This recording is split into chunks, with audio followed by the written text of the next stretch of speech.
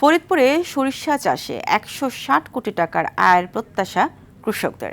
সরিষার তেলে চাহিদা বেড়ে যাওয়া আর স্বল্প খরচে ভালো ফলন হয় সরিষা চাষে কৃষকের আগ্রহ বেড়েছে।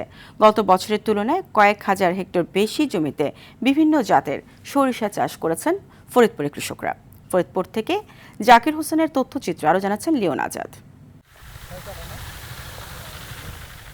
ফরিদপুর জেলার ৯টি উপজেলার বিস্তীর্ণ মাঠে দুলছে সবুজ আর হলুদ সরিষা গাছ।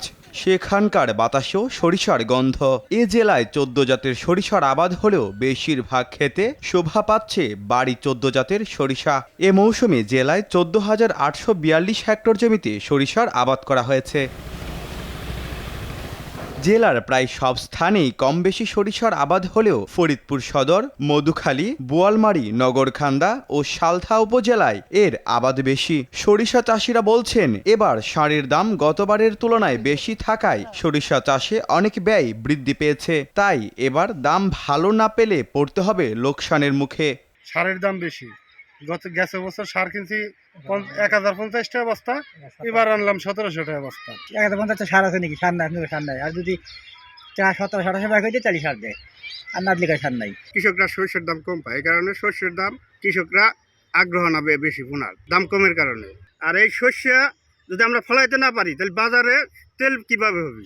জেলার কৃষি সম্প্রসারণ অধিদপ্তরের উপপরিচালক বলছেন, এ মৌসুমে ১৬০ থেকে ১৬৫ কোটি টাকার সরিষা উৎপাদন হবে।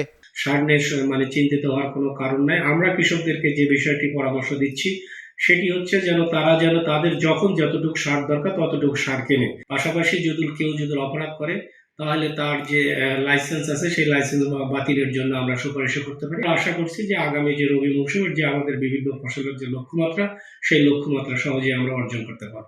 সরিষার বাড়তি চাহিদা ও অনুকূল আবহে ফরিদপুরে আবারও জাগছে হলুদের আশার আলো। ভালো দামে ঘুরে দাঁড়াতে স্বপ্ন দেখছেন এ জেলার সরিষা চাষিরা।